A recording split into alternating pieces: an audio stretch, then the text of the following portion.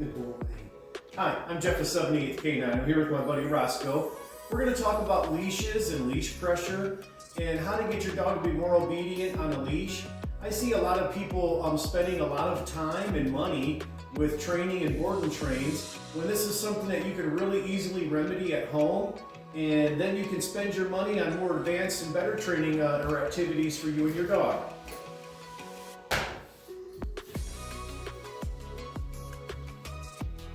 For this guy, I have a really nice 2-inch flat collar that's made out of nylon, and I have a nice leash that's not stretchy. We don't want a stretchy leash, and we're just going to kind of work with this general collar, which is what most people have.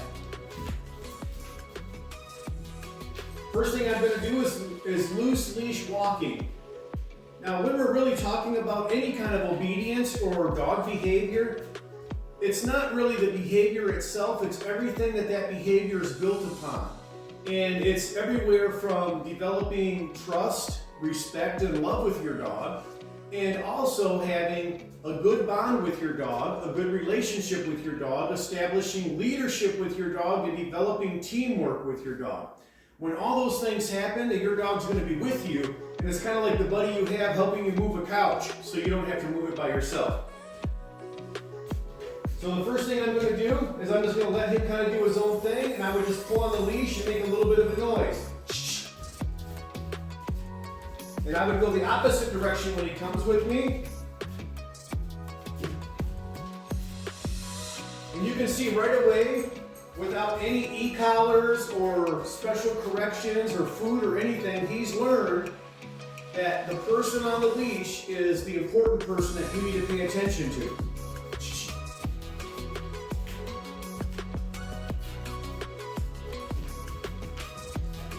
So now we have some really good compliance and loose leash walking with Rosco here. If anytime you're with your dog and this leash is really tight, that is bad. It doesn't matter if you have just a normal leash and collar or a choke chain or a prong collar or any kind of leash. If it is tight, that's giving the wrong signal to your dog. Now there are certain times with certain collars that dogs that are trained specially, like for tracking or narcotics or protection training, they do understand that there needs to be some tension on a special collar with a leash or a harness. But for us walking our dogs, we want to be able to enjoy a walk. We want to be able to have our cell phone or our hot chocolate in one hand, especially in the wintertime, right? Or our coffee. And we want to be able to walk, down the sidewalk in town. If we come across a person that we know, we want to stop and hang out, be able to say hi.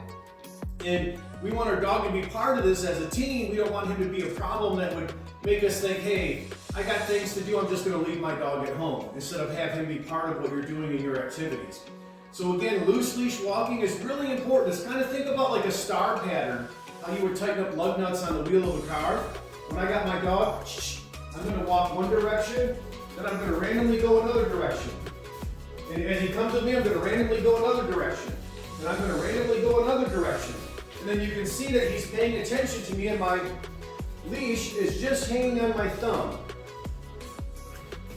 I don't need a lot of strength or anything else like that. Now, of course, this is a really good example for this dog. He understands leash pressure. And you can see how easy it is for me to move him with a leash that's just hanging on my thumb. And my thumb is the only thing helping to move this, because he understands being with me and we're a team and we're not fighting each other, and he has to kind of listen. That also means that if I'm working with my dog and walking with him and he's being really good, I might come to that tree or that rock or that proverbial fire hydrant, right? And then I might say, break. And then I let my dog be a dog and sniff or go to the bathroom only in the appropriate place and time. And then my dog learns that I let him do what he needs to do if he does for me what I need him to do. It's definitely teamwork.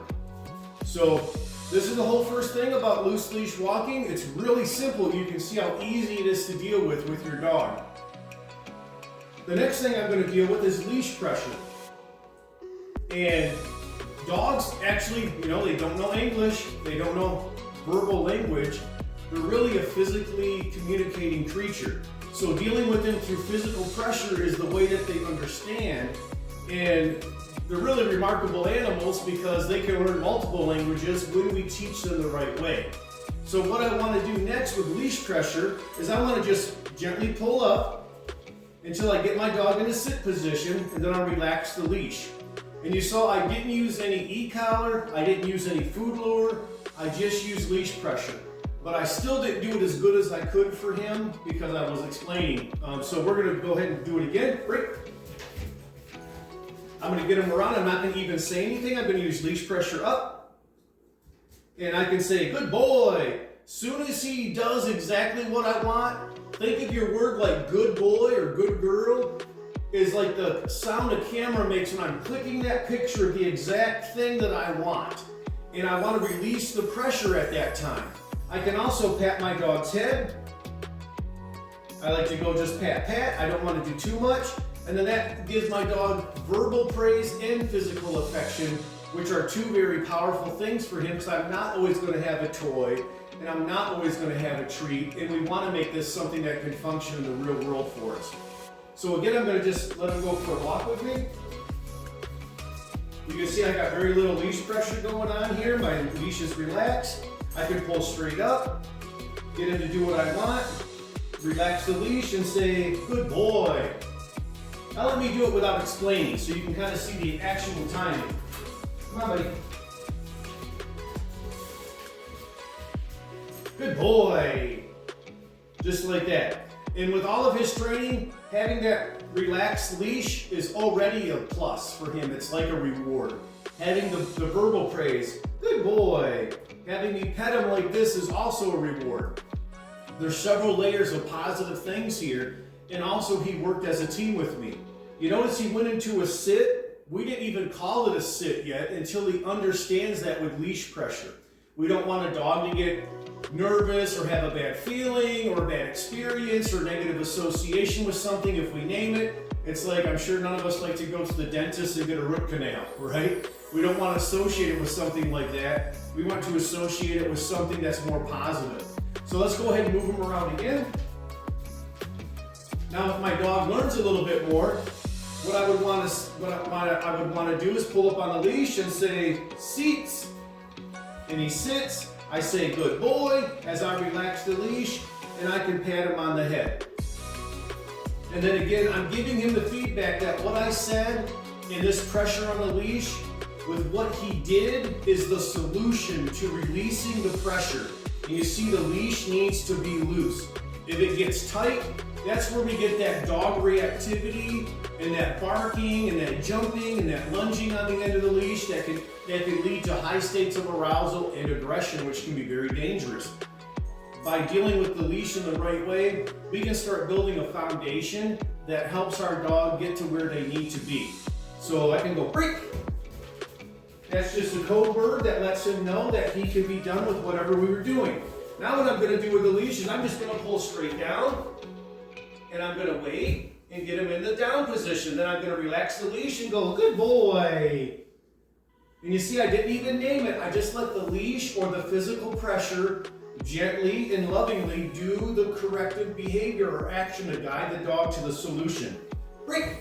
Good job, buddy. Once my dog learns all those things, then I can go, Rosco, down.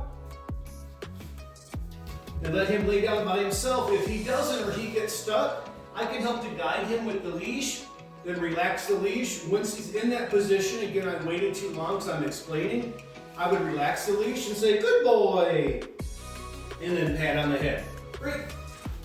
We'll go ahead and do it again. Down. Good boy. And then you see, you get some behaviors like this where he's wanting some emotional support. He's showing me submission and that he's accepting me as a leader. We don't want to correct a dog for this or yell at a dog for something like this. We want to let him know that, hey, he's playing the right role, but we're a team and we're both having fun. He doesn't have to be a little soldier. He doesn't have to be a robot. And I don't have to be a prison guard for him. We can be a team and we can have some fun and we can enjoy what we're doing. So that's just a little bit about leashes and loose leash walking and how to communicate with your dog with a leash. These simple things are really important for you as you develop your dog and your dog grows and they become bigger and stronger and more powerful. If they learn good behaviors, good boy. It's a lot better to deal with them having good behaviors and teach them new things than to go to a trainer and to try to overcome a bad behavior or an addiction that is very difficult to overcome. So this is a good way to kind of counterbalance things, get your dog moving in the right direction and having fun with your dog and being able to have your dog in your life. So from Rosco and I, we appreciate you watching. Have a great day. Good job, buddy.